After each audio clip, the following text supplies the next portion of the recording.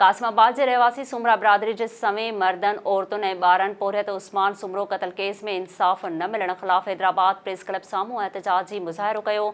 SS news जे reporter एजाज़ लगारी मूजिब अज़ीज़ सुमरो, तैयब सुमरो, यूसुफ सुमरो, आदम सुमरो ऐं ॿियनि जी अॻवानी में एहतजाजी मुज़ाहिरो करे प्रेस क्लब साम्हूं अलामती बुख हड़ताल कई वई।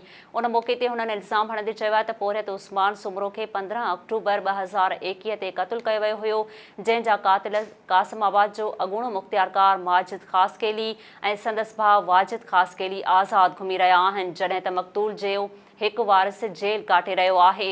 हुननि वधीक चयो आहे त खेनि जांच ऑफिसर ते एतमाद नाहे, उन करे जांच ऑफिसर फौरी तौर तब्दील करे नई GIT जोड़ी वञे। हुननि मुतालबो कयो आहे त सुमरा बिरादरी जे गिरफ़्तार 16 माण्हुनि मथां दाख़िल केस फौरी ख़त्म करे आज़ाद कयो वञे। क़त्ल में मुलविस कासिमाबाद जे अॻूणे मुख़्तियारकार माजिद ख़ासकेली ऐं संदसि भाउ वाजिद ख़ासकेलीअ खे गिरफ़्तार करे इंसाफ़ फ़राहम कयो वञे। ॿी सूरत में एहतजाज जारी रहंदो। नाज़रीन, नवां ख़बरूं ॿुधियूं, वधीक ख़बरुनि ऐं अपडेट्स जे लाइ ॾिसंदा रहो SS न्यूज़ वेब चैनल। असांजे चैनल खे लाइक ऐं सब्सक्राइब करणु न विसारींदा।